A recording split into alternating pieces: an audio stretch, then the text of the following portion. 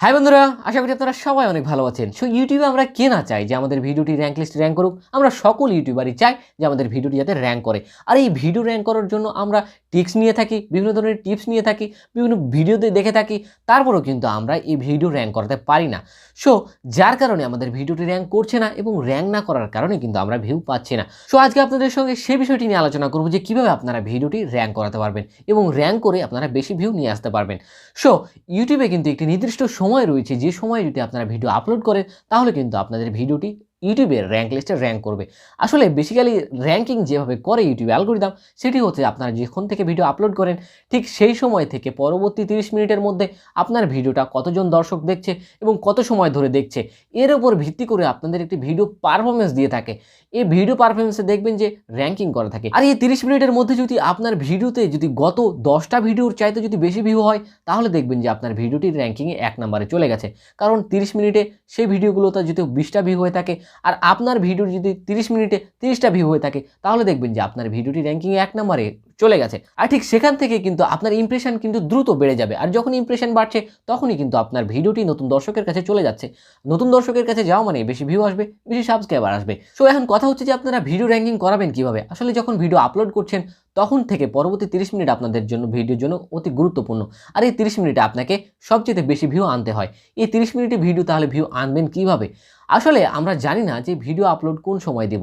আসলে ভিডিও আপলোডের একটি নির্দিষ্ট সময় রয়েছে, যে সময়ে কিন্তু আমাদের সকলের চ্যানেলে দেখবেন যে কোনো না কোনো সময় দেখবেন যে অনেক ভিউ হয়েছে। ঠিক সেই সময়টি আপনাকে লোকেট করতে হবে। আপনি যদি আমার চ্যানেলে দেখবেন যে দেখছেন যে এখানে সবচেয়ে আমার বেশি ভিউ হয়েছে ঠিক 6টার সময়। দেখছেন আমি এখানে ক্লিক দিলাম, ক্লিক দিলেই দেখছেন যে আমার সময় দেখাচ্ছে এবং সময়ের সাথে সাথে কয়টা ভিউ হয়েছে সেই সময়টি আমাকে দেখাচ্ছে। কারণ এই 6টার সময় আমার অডিয়েন্স সবচেয়ে বেশি অ্যাক্টিভ থাকে। আর ঠিক এই সময়টি আমি আমার ভিডিওর জন্য লোকেট করেছি।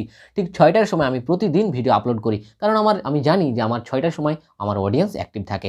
তার কারণে আমি 6টার সময় আপলোড করি এবং ঠিক সেই সময় ঠিক সেই আধা ঘন্টার মধ্যে আমার ভিডিও র্যাঙ্কিংয়ে 1 নম্বরে চলে আসে। সো র্যাঙ্কিং করাতে হলে আপনাকে সেই সময়টি আপনাকে লোকেট করতে হবে, ঠিক আপনার চ্যানেলের জন্য আপনার অডিয়েন্স কখন সবচেয়ে বেশি অ্যাক্টিভ থাকছে।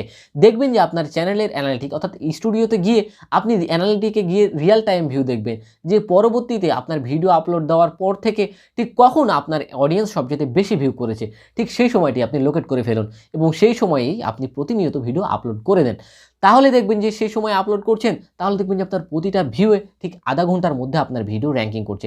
ঠিক 30 মিনিটের মধ্যে আপনার গড় অ্যাভারেজ বেশি হচ্ছে, আপনার টপিক্যাল ভিউ রেট ক্রস করছে, যার কারণে আপনার ভিডিওটি র্যাঙ্কিং করবে। আর ঠিক এইভাবে যখন আপনার ভিডিওটি র্যাঙ্ক করবে, ঠিক আপনার ভিডিওর উপর নির্ভর করে কিন্তু আপনার চ্যানেলটি গ্রো করবে।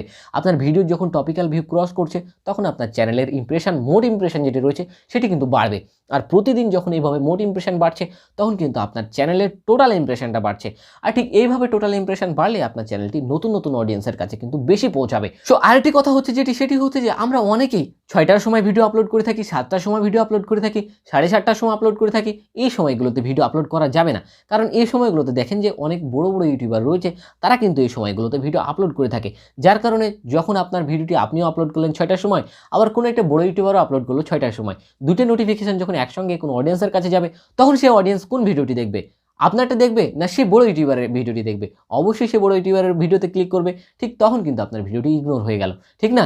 সো চেষ্টা করবেন যাতে এই টপিক্যাল সময়গুলো, যেমন 6টা, 7টা, 6:30, 7:30, এই টপিক্যাল সময়গুলো অ্যাভয়েড করবেন। ঠিক আপনি আপলোড দিতে পারেন 6:10-এ, 6:15-তে, 6:25-এ, এই সময়গুলোতে আপনি আপলোড করতে পারেন। কারণ এই সময়গুলো আনকমন সময়। এই সময় যখন আপনি আপলোড করছেন, তখন অন্য কেউ আপলোড করছে না। ঠিক আপনার ভিডিওটির নোটিফিকেশানটি ইন্ডিভিজুয়ালি তার কাছে পৌঁছে যাচ্ছে। তখন কিন্তু সে আপনার ভিডিওটির নোটিফিকেশানে ক্লিক করে আপনার ভিডিওটি দেখছে এবং সে 30 মিনিটের মধ্যে আপনার ভিডিওটি র্যাঙ্কিং করাতে আপনাকে সাহায্য করছে।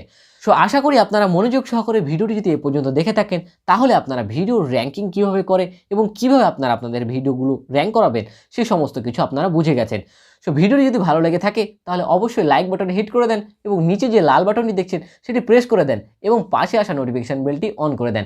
তাহলে আমার ভিডিও আপনার কাছে পৌঁছে যাবে সবার প্রথমে। সো দেখা হচ্ছে তাহলে সামনের কোনো একটি ভিডিওতে। ততক্ষণ পর্যন্ত ভালো থাকবেন, সুস্থ থাকবেন। আল্লাহ হাফেজ।